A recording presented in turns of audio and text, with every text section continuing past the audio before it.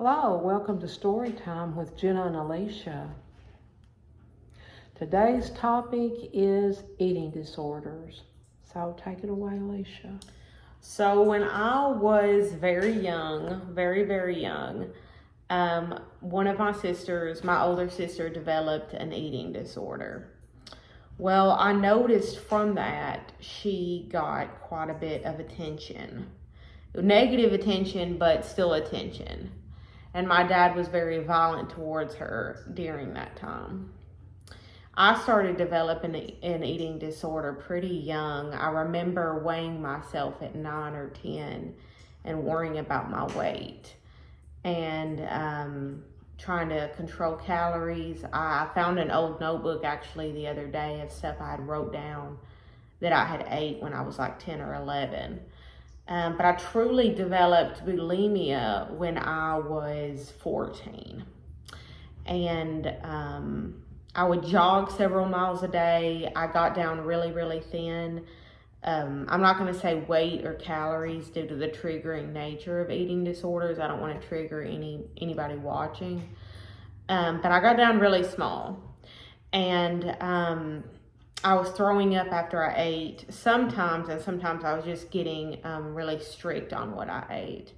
I would be dizzy sometimes. I saw that as a positive, being dizzy and lightheaded, like it was kind of a accomplishment for me, because I thought that meant that I had ate so little that it was kind of like almost like a reward.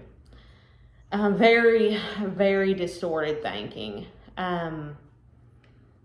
Well, I remember one time I was 16 or 17. I had jogged several miles. This was when I was getting really thin. And my dad called me in his room. And I don't know what he said, but I remember him looking up and down my body. And he made a joke. He said, "Alicia's getting really thin. We got to start checking and make sure she's not spitting up after she's eating." It was a reference to my older sister who had an eating disorder.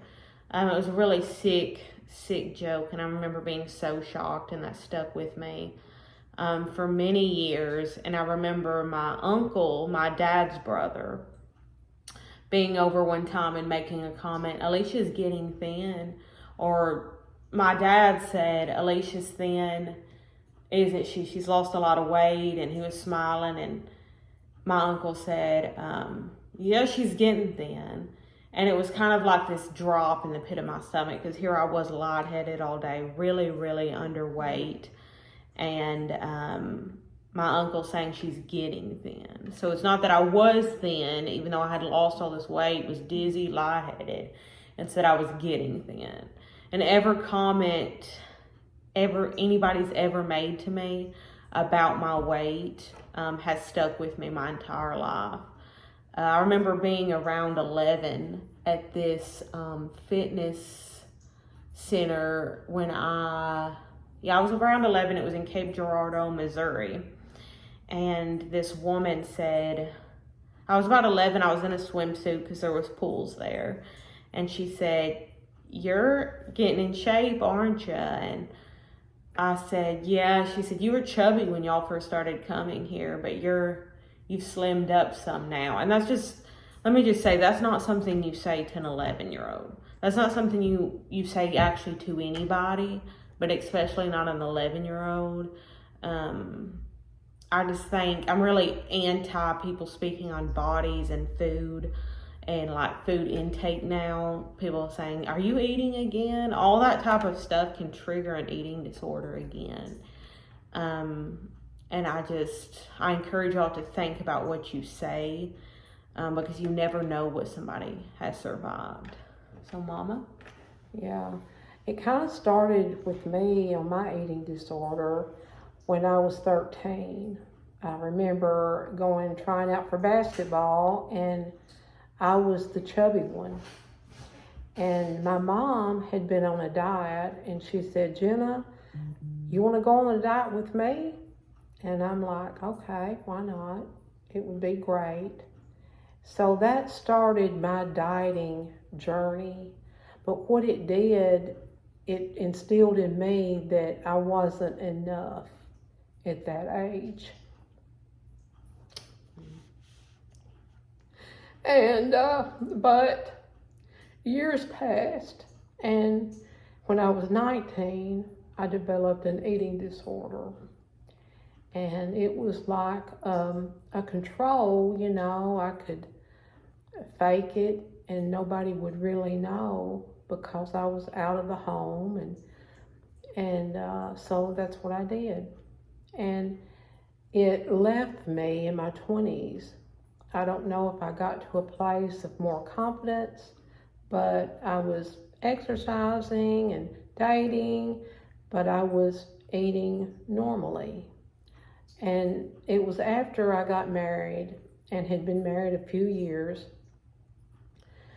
to my ex-husband that is a street preacher, and he put so much pressure on us, on me as a family.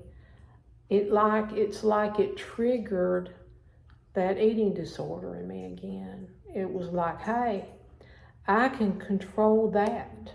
I might not can control anything else, but I can control what I eat or don't eat. And if I have to eat, I can go throw it up and it will be all right. It gave me a sense of power over my life that I didn't have before that. But then, guess what? I got pregnant with this one right here, and I stopped all of that because I knew no way could I be pregnant and have that problem.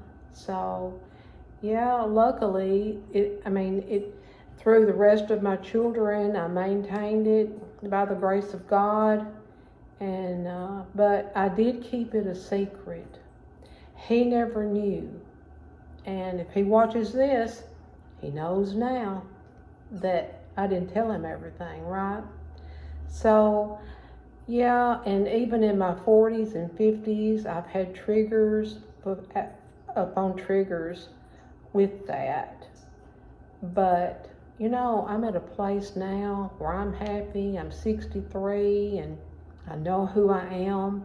I've been out 8 years from under his control, and it's wonderful.